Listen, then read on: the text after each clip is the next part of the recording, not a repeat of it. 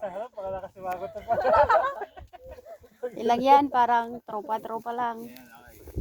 Pagod na pala. 1, 2, 1, 2, 3.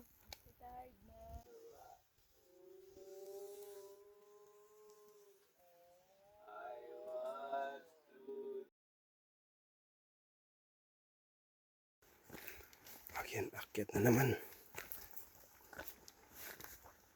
Mga ilang minutes po ito? Taas.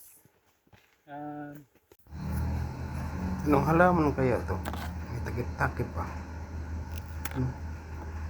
Ay ba? May mga balahibo. May tinik-tinik. Ano? Mayroong patay na. Sa wakas, narating din namin ang tuktok ng Mount Olaf. Yan ang dinaanan namin, yung mga tuktok na yan. At ito na nga, nandito na nga kami. Ayan, welcome Mount Olaf Summit. 6.5 kilometers na yan. Ayan, siyempre picture. Grabe ang pagod namin yan. Simula dun sa umpisa, 6.5 kilometers. Tapos magbababa na kami pagkatapos nito kasi ito yung pinakatuktok niya eh. Yan, picture muna kami dyan. Yan. Yan, may mga ulap pa oh. Ang tirik niyan. Ito, pababa na kami nito. Yan si Ranran oh. Dahan-dahan ang ano kasi masakit na rin yung mga paa siguro. Yan oh. Yan, ang ganda, di ba? Kitang-kita yung ulap. Yan oh, ang lalim niyan. Isang ano lang iakyatin namin. Yan, paakyat kami dyan oh. Yan. Bababa na yan. Tapos pagbaba niyan, tuloy-tuloy ng baba. Siyempre dito muna tayo. Ano, ang baka. Mga baka pa dyan. Sakit na ang paa ko dyan. Tapos malulubat na yung cellphone ko. Kaya paputol-putol na yung ano ko. Minsan picture na lang nilagay ko. Ito na yung campsite to.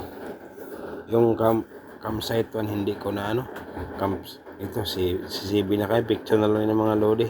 Yan, picture na lang yan kasi maglulubat na talaga yung cellphone ko dyan. Kunting ano na lang, may 1 kilometer pa kaming ano, ibabain. Ay naano ko hanggang dulo sa makarating. Ito, nasa ka. Yung beach namin.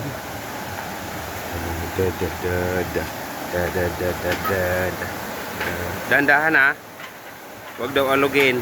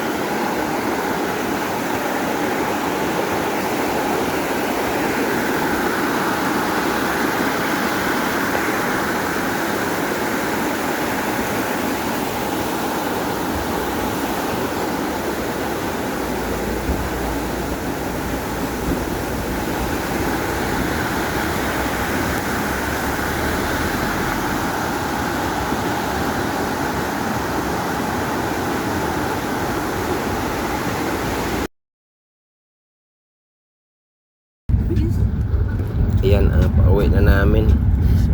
3:30 na lang hapon. Pero ang dilim na. Akala mo kung ano na eh. Malapit na magabi. Maulap.